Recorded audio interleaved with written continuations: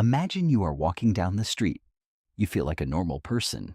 You have a name, a family, and a job. But floating right above your head, invisible to everyone except a few giant corporations, is a 3-digit number. This number is more important than your name. It is more powerful than your resume. And in many ways, it determines exactly how much freedom you are allowed to have in the modern world. This number decides if you can buy a home, what kind of car you can drive, and in some cases, even if you can get a job or a cell phone. If this number is high, the world opens its doors to you.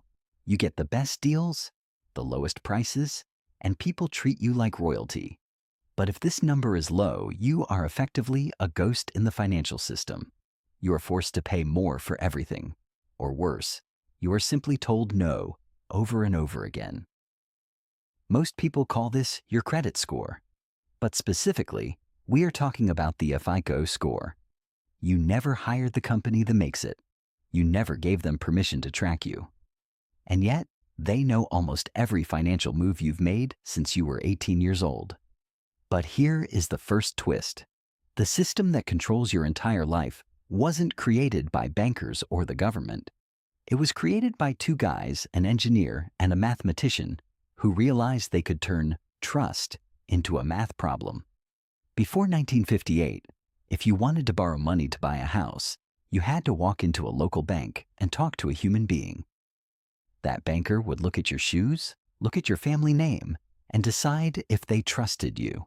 It was a terrible system. It was biased, it was slow, and it was often based on whether the banker liked the way you talked. Then came Bill Fair and Earl Isaac. They didn't care about your family name. They didn't care about your shoes. They believed that your future behavior could be predicted by your past patterns. They built a secret formula, an algorithm, that looked at thousands of data points to give you a grade. They turned the messy human emotion of trust into a cold, hard number. To understand how this number works, we have to look at the coolness meter analogy. Imagine your entire school has a coolness meter in the cafeteria. To get a high score on the meter, you have to prove you can follow the rules of the popular kids club. But here is the catch. To prove you are a good member, you have to borrow things from people and give them back exactly on when you promised. If you borrow a pencil and return it sharpened the next day, your score goes up. If you forget to return a notebook, your score plummets. But this leads us to the second twist. To get the highest score on the meter, you have to be in debt.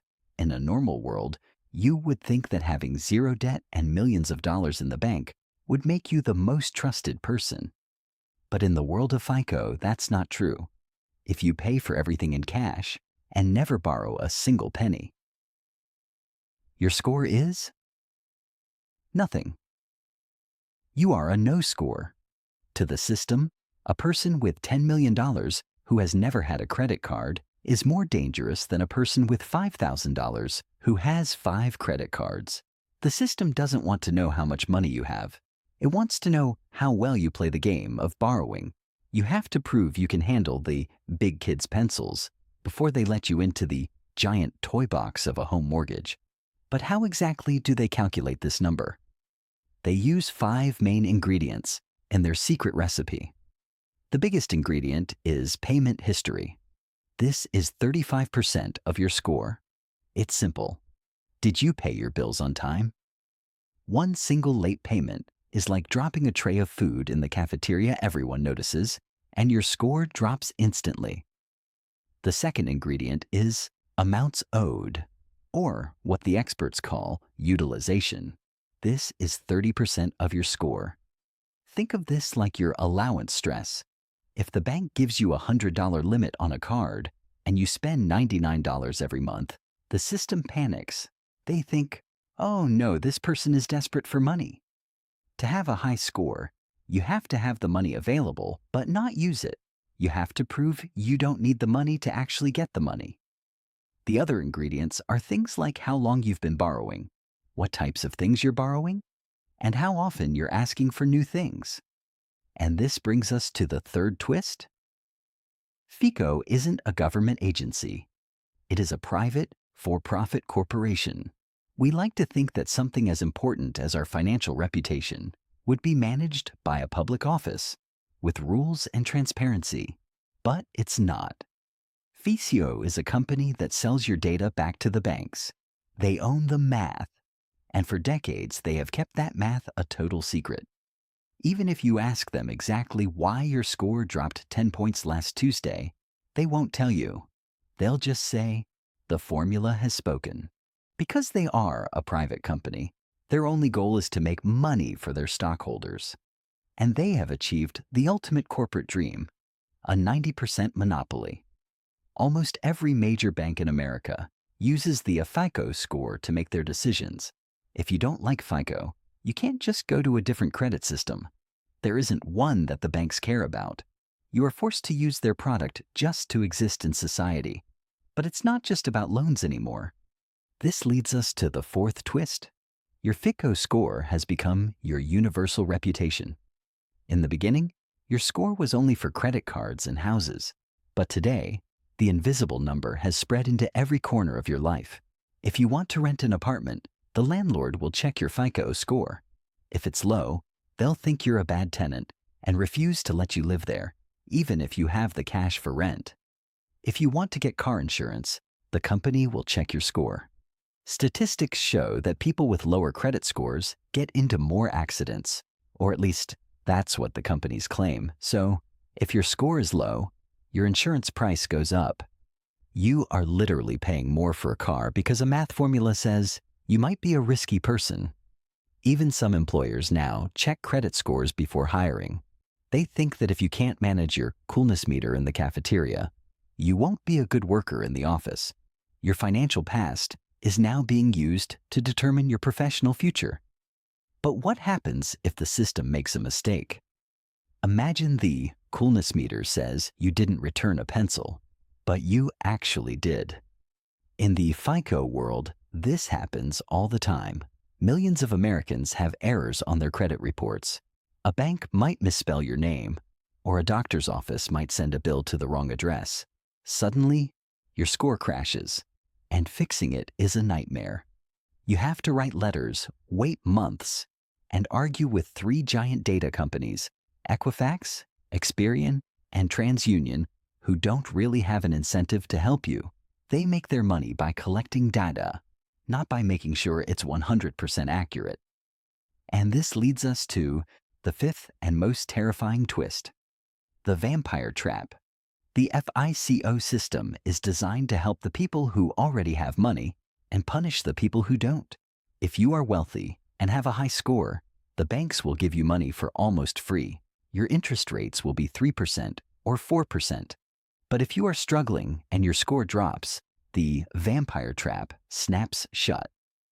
Suddenly, that same loan costs you 25% or 30%. You are paying more for the exact same house or car because you are perceived as being poor. This extra cost makes it even harder to pay your bills, which causes your score to drop even further. It is a poverty trap built with math. The system doesn't just measure risk, it creates it.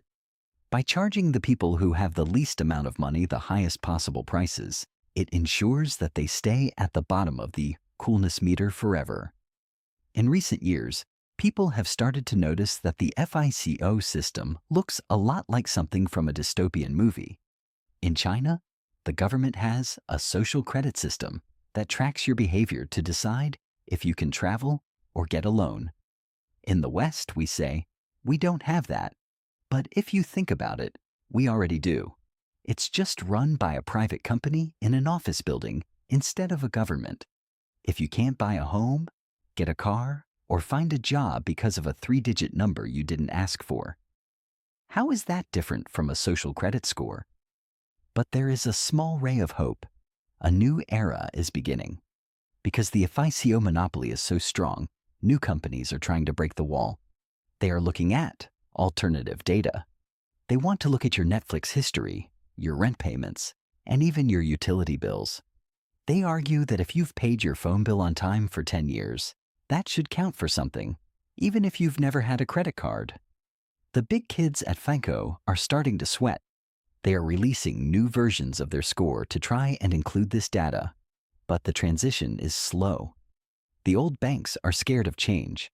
They've relied on the secret math for so long that they've forgotten how to look at a human being. So, what is the lesson here? The FICO score is the magic money machine of the banking world. It allowed the economy to grow at an incredible speed by making lending automatic and fast. But in the process, we have handed over our reputations to a ghost in a bunker. The next time you look at your credit score on your phone, don't just see a number. See the coolness meter. See the pencil dealer. And remember that in the world of high finance, you are not a person, you are a data point. The formula is running, the numbers are shifting, and the secret math is deciding your future right now, one digit at a time. The game is rigged, but now you know the rules. And in the world of the invisible number, knowing the rules is the only way to keep your head above water.